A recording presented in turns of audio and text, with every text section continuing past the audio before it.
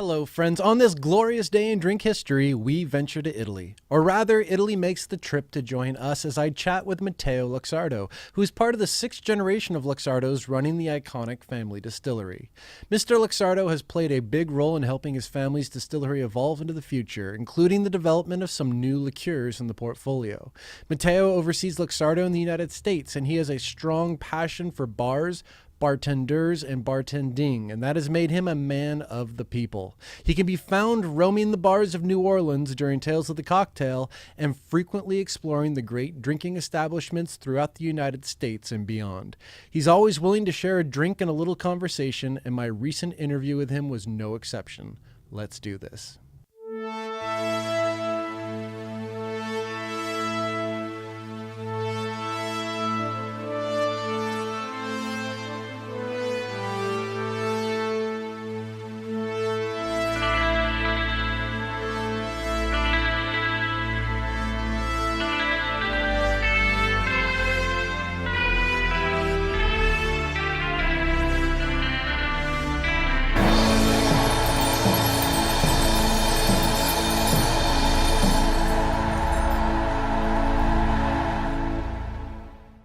This episode of the Educational Drinking Show is sponsored by Junipero Gin, which is the original American craft gin going back to 1996 and the pioneering work of Fritz Maytag, which also makes it the gin of San Francisco. At 98.6 proof, it's a bit stronger than most gins and perfect in your favorite gin cocktail.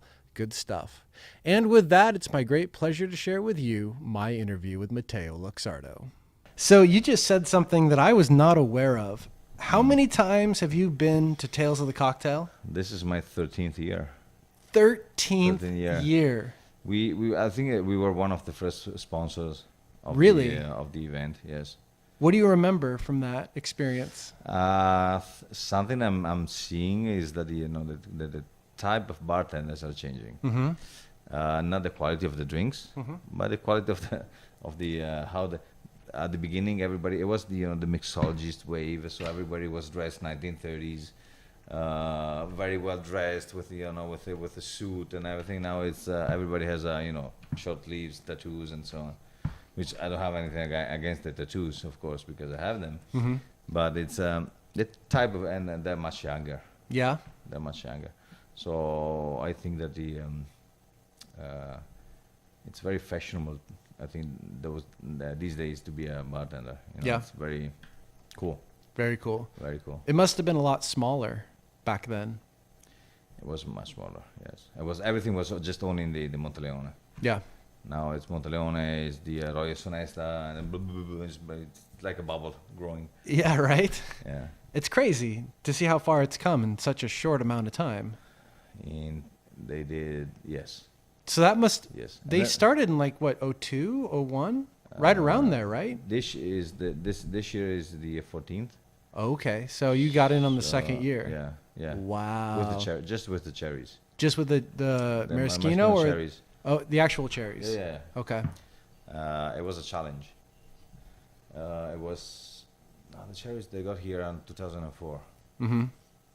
So 2004 was a great year for the cherries. Yeah. Everything started from that year. Was that the first year that they were brought in? Yes, it was. I was with my wife. Mm-hmm. We went to New York, and I knew that there was this club in New York, the Pego Club. Yeah. Which in Italy wasn't famous, but it was it's very famous in the U.S. So I wrote to Audrey Saunders, Mm-hmm. and I said, Audrey, I'm coming to New York. Can you book me a table? For me and my wife and a friend. We were in three. And she said, okay, I'm booking the table, but I know that you have nice cherries in your portfolio. Can you bring them? Can you send them? I said, okay, no, but okay, I would bring. She asked for a jar. I brought 4 jars. Uh-huh. And everything started from there. Wow. So she was like a spread of mouth. Mm-hmm. Yeah. And everything started from there. So now we do, how many? 80,000 jars? A lot. Of cherries? A lot. A lot of cherries. Did you know her prior to that? No. No? No. So it was just via email. Yeah. And we got there, and she was wonderful. We had And it was the first time I had a cocktail with Fernet, Luxardo. It was the first time I had a cocktail with Amaro. I said, "Are you crazy? What's wrong with you? You're doing cocktails with Amaro? What's wrong?" But they're just great. So, coming from a family with so much history, and these products have been around for a while, what's it feel like to see new life breathed into these products from someone like Audrey Saunders? It's excellent. It's cool. Yeah, especially because there is a lot of passion behind, and it's walking around and introducing myself as Matteo Luxardo. People say, "Are you crazy? You are really Matteo Luxardo?" So I don't care about but I'm very proud because it means that the people knows the brand and they love the brand. So it's very, very intense. There's a tremendous amount of respect for the Yes. Luxardo name. Yes, And that's got to feel pretty good to be able to represent that. it's a little bit tough Yeah. because I have to be always charming, and even if I have bad day, and I have to to talk with everybody. But just hearing people say, "Oh, you're Luxardo," it's giving me proudness. Yeah. It's been fun to watch you evolve over maybe the last 5 years at Tails, because you were always good, but I feel like you've really settled into a groove and found your voice as a professional. Yes. What's that been like?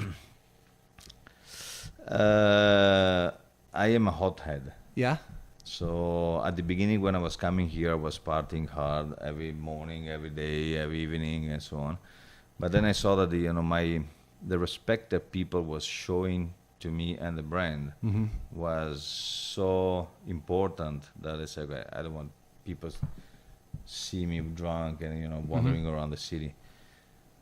So that, and like the marriage, like we were saying, that makes you change, makes you grow.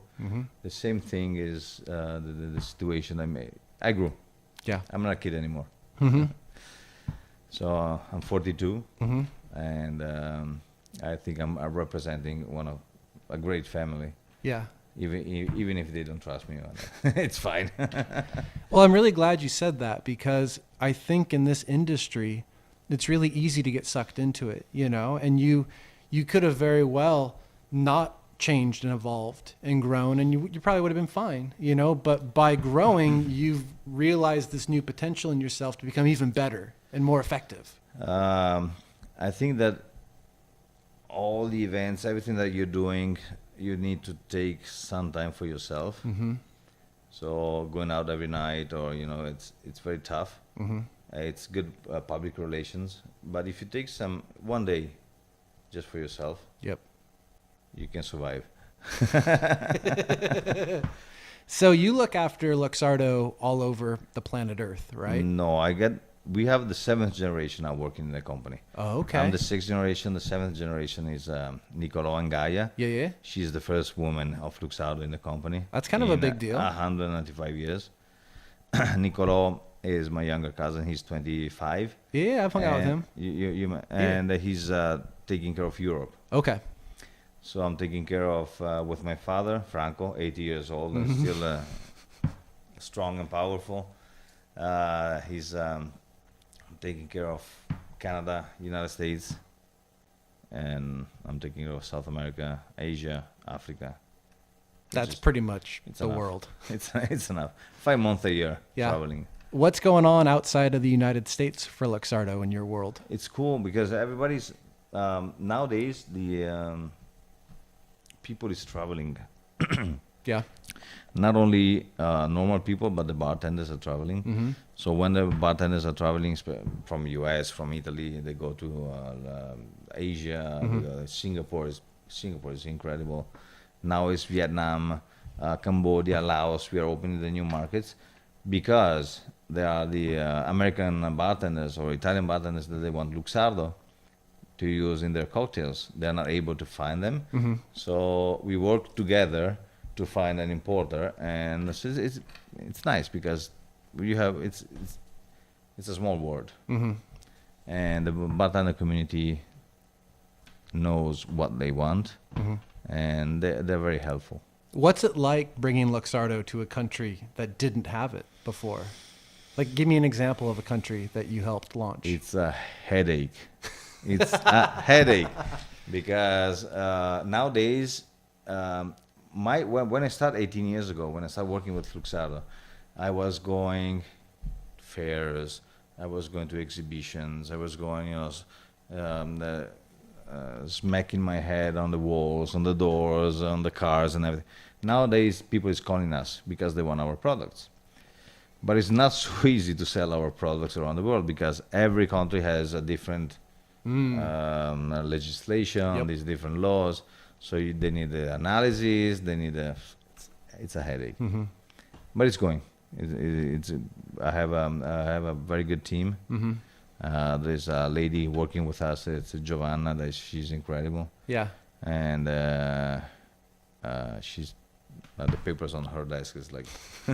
It's got to be It's very nice. frustrating for bartenders who take their craft seriously but don't have access to like maraschino. Today I'm having a meeting with the people from the Floridita Okay. because Luxardo was in Cuba since 1930. Really? Yes, so the Hemingway special was made with Maraschino Luxardo. Uh-huh. Till 2000, the year 2000, they were doing a limoncello daiquiri Mm-hmm. with Luxardo limoncello. Oh, wow. Then they decided that Havana Club, they started to produce a maraschino, locally made. Mm-hmm. So they said, okay, no, we don't want Luxardo anymore. Now they're coming back. Yeah, So they they are. call me. At 5 o'clock today, I have a meeting with the Cubans Wow. to see if we can go back. Have you been to Cuba? Oh yeah, it's beautiful. Yeah, you like it? It's beautiful as it is, but I'm afraid when the Americans will arrive, they will it will be like Puerto Rico. Yeah.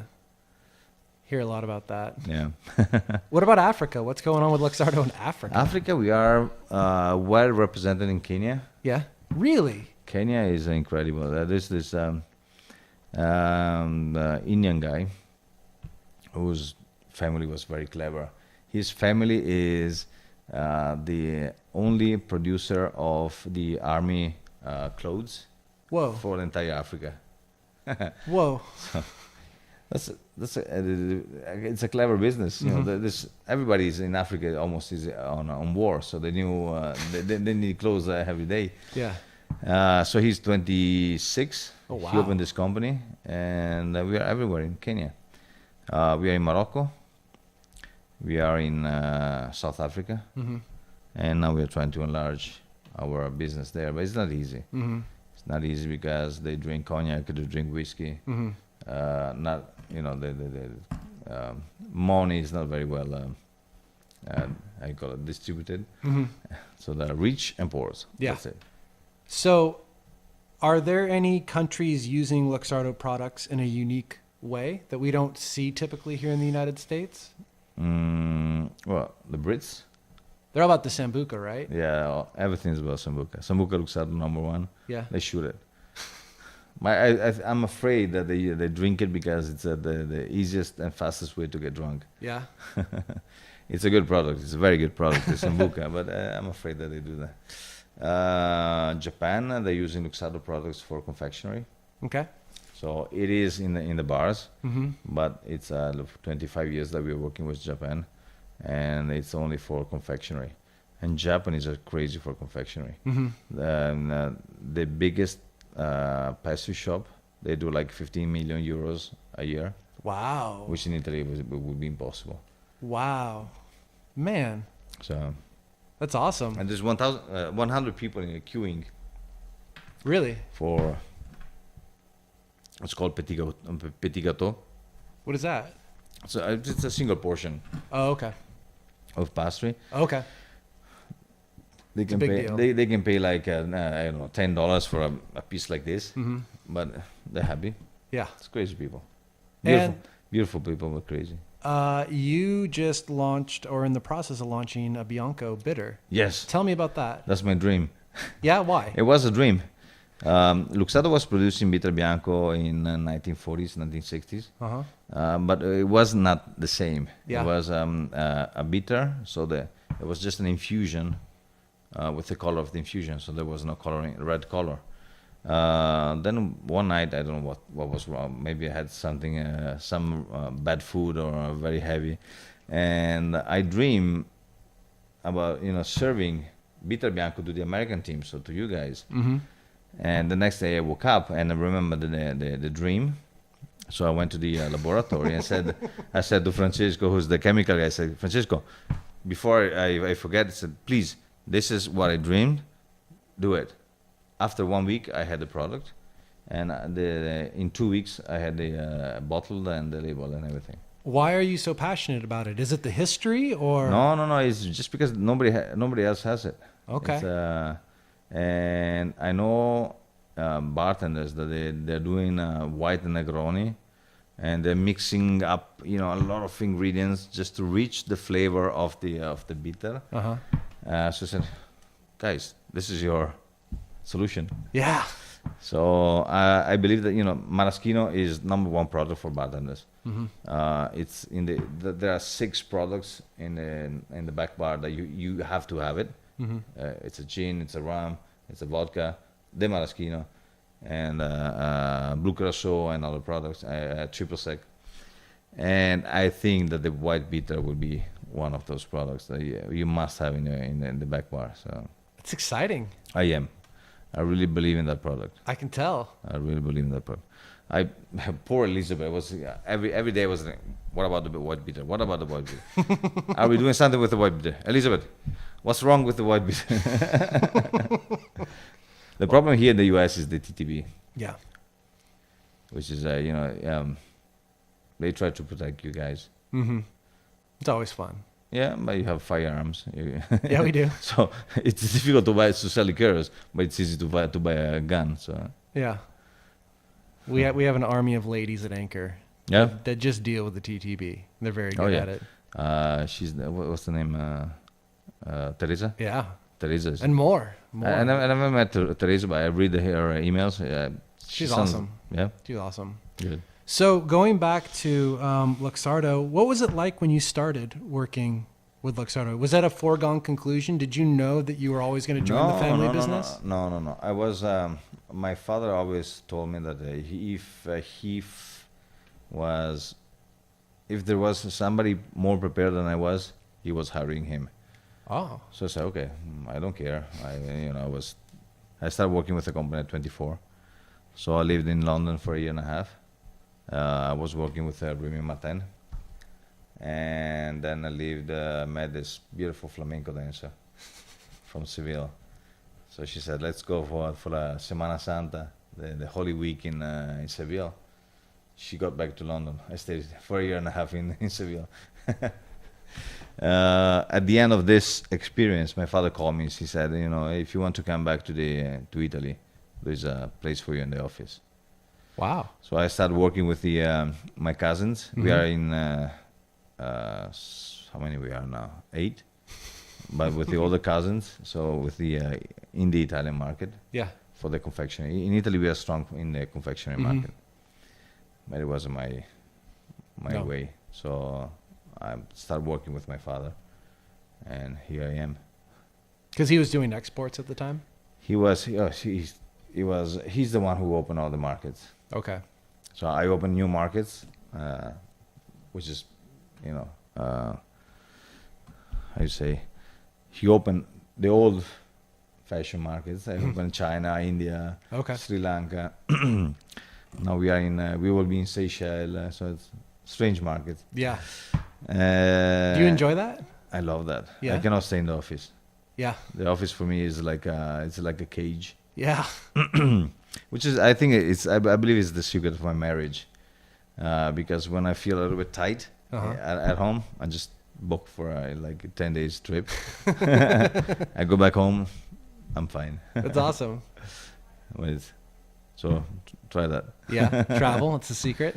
Travel is the secret, yeah. Travel and release valve. and going around the world and talking with people, different cultures, different races, and different way of drinking, way of eating. It's cool. It's awesome. It's very nice. Yeah. And what gets you really excited? Like when you get up in the morning, what on your schedule's like, yeah, I get to do that today? Talk to people and just talk to people. I like to talk with people. That's so I wake up in the morning and say, okay, what should I do now? I wake up, and I say, and I want to teach people to understand the Italian culture, not Yeah. Luxardo only, but the Italian culture. Mm-hmm. We were talking with Shahir earlier, and we were talking about how, yeah, exactly, That's his right? fault. The duck, the mark of the Shahir. He was here. He was talking about how you don't understand aperitivo until you drink an aperitivo in Italy. It's a whole ritual. It's a whole ritual. You know, we in Italy we like to entertain ourselves, not in clubs, but we like to, you know, to see our friends. We like to see our family, and just like, you know, in Padova we are 250,000 inhabitants, and there is a 3 million bottles of aperitivo Wow. sold. So imagine how many aperitivo we like to drink. But it's you finish you finish working, so you want to relax a little bit, and then you go out with your friends or with your family. I take my kids and my wife. We go to a nearby bar, Yeah. and just we have a glass of wine or Yeah. you know, spritz or whatever, and it's just a way of relaxing. The plaza at Padua is one of my happy places. Ah, the piazza. Yeah. But when I was young, so 20 years ago, there were 3,000 people drinking spritz in the piazza. Wow. So imagine, that's why 3 million bottles. It's so relaxing. It's crazy. It's just get a little food and hang out, and the weather's beautiful. Because you know, the idea is not getting drunk. Mhm. The idea is, you know, meeting people. Yeah. So And you can drink that stuff for hours because it's so light, you know? yeah, but there is a lot of sugar, so you don't want to. Choose your battles. Yeah. So it's a peri dinner. Yeah, right? So it's called a pericena, a peri dinner. And I had a group of Chinese bartenders Yeah. after the anchor people left, Mm-hmm. and they were surprised to see, you know, how relaxed we are. Mm-hmm. We work hard, but after working, you need to chill out, to relax. And a very clever bartender of the group, he said, "Okay, I want to bring this to Shanghai, and to see if it will work."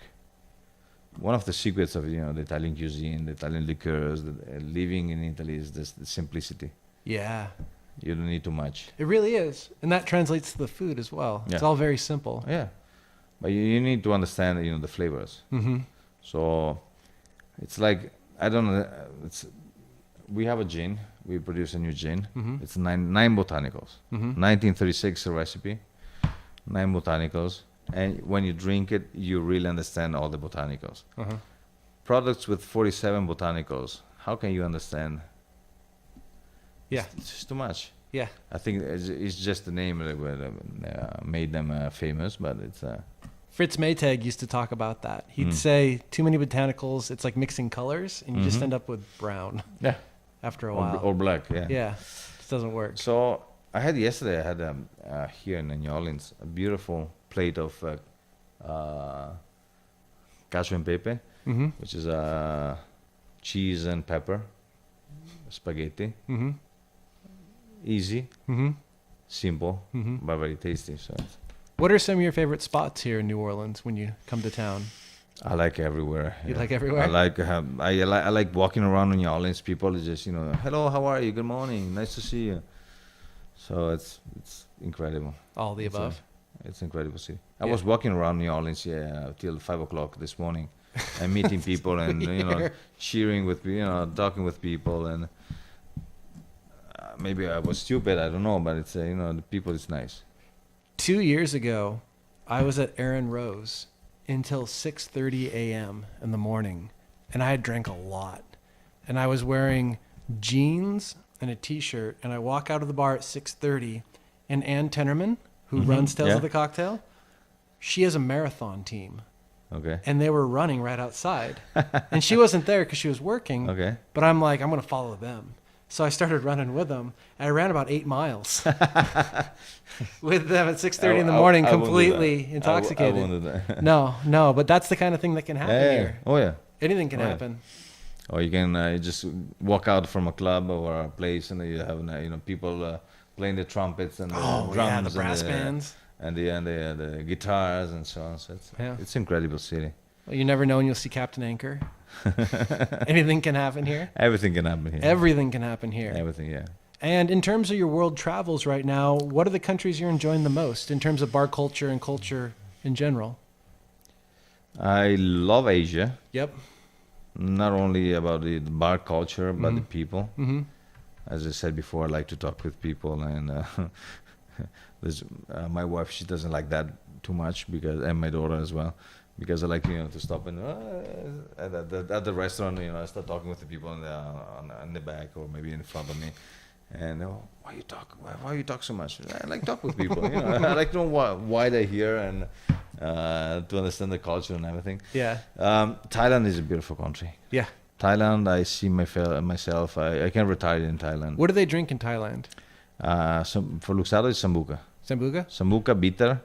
It's a good market for bitter, and limoncello is growing. Are they doing a lot of cocktails or more kind of simple, straight stuff? In the bars in Bangkok, mainly they do Cuba Libre, screwdrivers, and sex on the beach. So they're still blocked in the 1980s, but it's growing slowly. The culture is growing, but mainly it's shots. Yeah, shots of whiskey. A bottle of whiskey they cost like €3. Oh, imagine the taste of the whiskey. Is the scene evolving? Are guys trying to do better cocktail programs? Yes. Yeah. Everywhere, all around the world. Everywhere. Especially because, as I said before, the bartenders are traveling. So they go, I don't know, Japan, they go to Thailand, they go to Philippines, they come back to America, they go to England. So all the times they bring with them the culture of the place where they were, plus their own knowledge. So everything is evolving. The food as well is the same. Totally. It's got to be exciting for those countries to get exposed to all this knowledge. I remember 18 years ago when I started working with the company, and I was coming. Well, my mother is American, so I was coming here very often during the summer. Italian restaurants were made just for the Americans. Now Italian restaurants, you have good food. So the pasta was overcooked. The tablecloth were white and black, white and red. How you call it? The checkers. Checkers. Yeah. And the really cheap. In the middle of the table, you had a bottle of Chianti Classico with the straw. Yeah. So that was how the Americans felt about the Italian restaurants. Yeah. Now they evolved and the food is better. Totally. The food is good. Certainly. And what's the future look like for Luxardo? What are you working on? What's got you excited about what's coming your way? Nice question. We have a 10-year plan. Yeah. That I'm telling you now, but hopefully, as I said before, people is looking for Luxardo. Yeah. So in 10 years from now, I think we will be able to double what we're doing now. Wow. That's exciting. That's my focus. That's my focus. And I have to think it's not just good for Luxardo, but good for cocktail culture. Not only for cocktail culture, but we my father did something clever many years ago. We went away from what was the Italian culture. So we were not selling anymore to Italians, but we were selling to the others. Okay. And that was a very clever move, because Italians were drinking on the competition. So it's not only for the cocktail culture, but it's even for the home consumption. Now we have the small 375 bottle that's selling here in the liquor stores, so that people can drink maraschino at home as well. So we want to present the drinks not only to bartenders and to their customers, but to a larger crowd. In England, they're doing creams with amaretto and with kirsch, and they will be sold in the supermarkets. Cool. So it's people starting to recognize Luxardo as a quality brand. You know what I've been doing a lot at home that you don't see that often, but I know you're very familiar with it, is maraschino over fruit salad. Yeah. And every time I do Strawberries. it, people love it. And it's unlike anything you've ever had before. It's great. If you use everything you make, like fruit salads or strawberries or pineapple or every cocktail, if you put just a tablespoon of maraschino inside, it's like change So good. the flavor. So good. Enhance the flavor of Yeah. So unique. what are you having. Yeah. It's great. Yeah. So good. So good. And so you've been with Luxardo working for 18 years, you said? Yeah. Congratulations. That's pretty impressive. Yes. I was watching my how you call it when the salary paper. It was written 1998. It's like, oh my God. Wow. So long. And when you look back over the last 18 years, what are you really proud of in terms of your contribution and the work that you've done? The market I opened. Yeah. And the aperitivo, I said I forced the company to produce the aperitivo, and which is now one of the biggest seller of Luxardo. And now I managed to have the I call it the trust of the rest of the family. Yeah. So after 18 years, so I'm happy now. That's a powerful thing, because if you look at everything you've done thus far, think about what you're going to be able to do in the future with your experience, with that trust, with your knowledge, with all of that. Yeah, the most important thing is trust. If you work with somebody, it can be your family, can be your how you call it, employer. If he doesn't trust you, you don't work well. Yeah. So when I reached the level that when I understood that the family is trusting me, it was Game on. Yeah. Well, thank you for taking the time. I know we all appreciate you, appreciate your family, appreciate the products, and I know the journey has a lot left in it. So I like to talk with you, so it's a good time always. We're gonna do it again for sure. So excellent. Thank you. Well, I'm coming to San Francisco in September. September? Yeah. We got to figure out those dates for sure. 1926. That'll work perfectly. Okay.